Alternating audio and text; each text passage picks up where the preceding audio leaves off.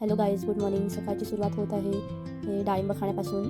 आजपासून मी विचार केला की जास्त बाहेरचं खाणार नाही, कारण की माझी तब्येत अजूनसुद्धा बरी झालेली नाही मिळत. म्हणून मी विचार केला की आता रोज हेल्दीच खात जाईल, पण मध्ये मध्ये थोडं बाहेरचं चालते, थोडं खात जाईल, पण जास्त नाही खाणार.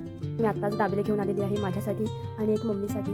जसं की मला सकाळी सांगितलं मी जास्त आता बाहेरचं खाणार नाही, पण मम्मीच बोलली की माझ्यासाठी दाबेली घेऊन ये. तर मी विचार केला आता मम्मीसाठी नेत आहे तर माझ्यासाठी पण घेऊन जाऊ. थोडी तोंडाची टेस्ट पण माझ्या गेलेली आहे, मग विचार केला दाबेली खाऊन जरा टेस्टसुद्धा येईल. संध्याकाळच्या टायमाला दिवाबत्ती वगैरे करून घेतलेली आहे, देवाकडे प्रार्थना केली की देवा लवकरात लवकर बरं, कारण मी मग रोज बाहेरचं खाऊ शकेल पूर्णपणे बरी झाल्यावर. दिवाबत्ती वगैरे करून झाल्यानंतर मी अशीच खिडकीच्या बाहेर बघत होती, तर तिथे मला मुलं क्रिकेट खेळताना दिसत होते. अर्धी मुलं गाडीवरती नुसते बसलेले आणि क्रिकेट बघत होते, तर काही जण गेम खेळत होते.